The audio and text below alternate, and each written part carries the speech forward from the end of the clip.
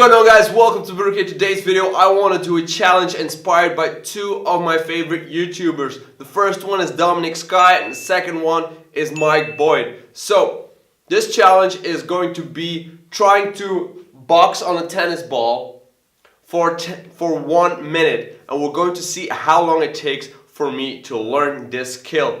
Now, I haven't done this at all ever, so I'm going to be a very big noob cake at it, but I saw Dominik doing it, so I want to do this as well. I want to be able to do this as well. Now, if you don't know Dominik, he is a calisthenics king. He is the master of calisthenics. He does backflips, front levers, does all crazy kind of things, and he's just awesome. Mike Boyd, on the other hand, is a person that tries challenges out and shows his progression over time until he hits his set goal. So I'm going to combine these two and try to do this challenge. So this is day 1, hour 0.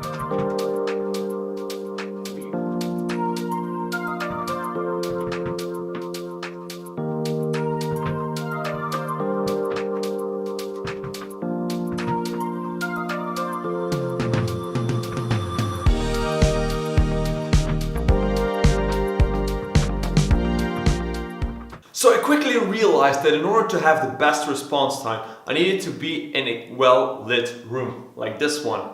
It also needed to be very empty, so I wasn't constantly looking for this ball.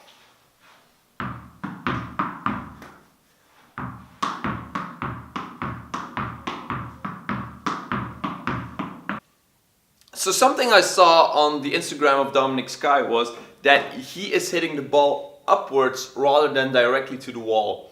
The benefit of that is that the ball travels a longer distance from your fist to the wall and back, and that means you have more time to react. In the first couple of months I had an average of about 3 to 5 consecutive hits. That meant that I was dropping the ball like a gazillion times. That also meant that besides getting better at hitting the ball, I also became better at catching the ball with my right hand, but also with my left hand, which was an amazing benefit.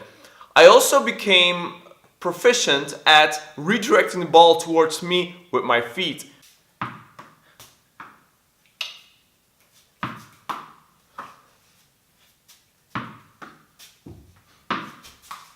In the beginning, the ball was flying all over the place. That meant that sometimes it was hitting my head, which makes for some funny videos.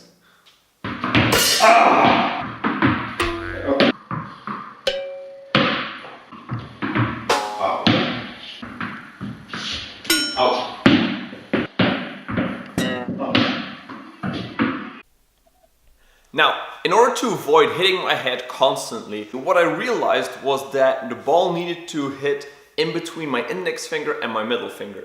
If the ball was going too high and hit my index finger alone, the ball would go up. If the ball would hit underneath, it will be redirected in a random way.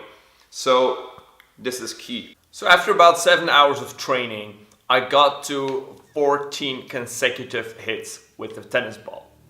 That's about an equivalent of 6 to 10 seconds. But I'm aiming for 1 minute. That means I had a whole lot to do. And that's why, because I was counting anyways, I needed to find a way to keep myself motivated. And these PRs came in very handy. So every time I hit a new maximum, I wrote it down. So that way I was constantly trying to better myself without really aiming for that number of 1 minute. So that's why I always had a goal. I had to beat my previous record.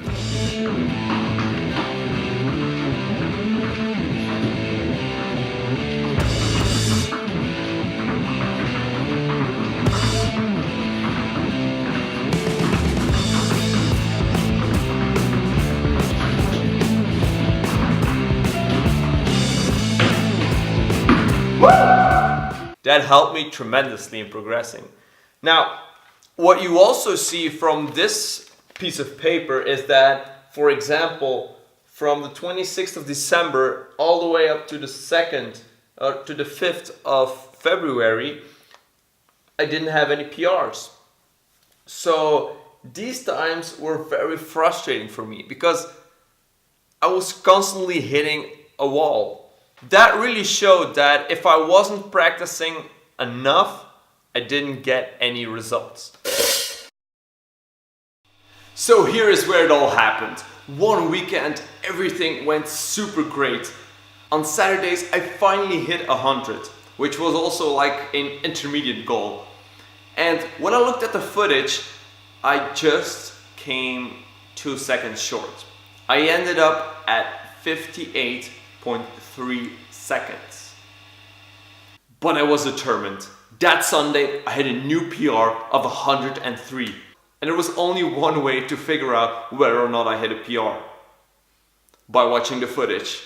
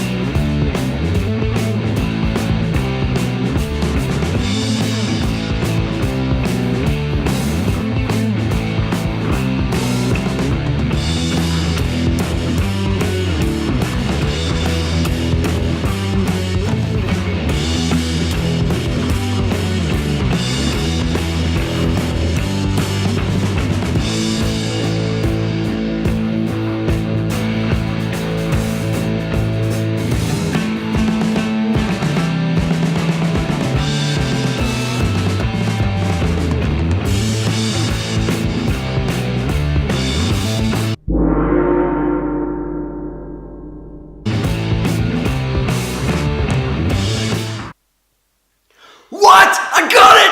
Yes! Whoa! Finally, after all these months, I got my goal. Thank you so much for watching. Thank you so much for supporting this channel by leaving a review, a subscribe, or a thumbs up.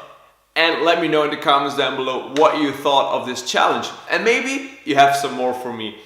So I guess I'll see you in the next one. Peace!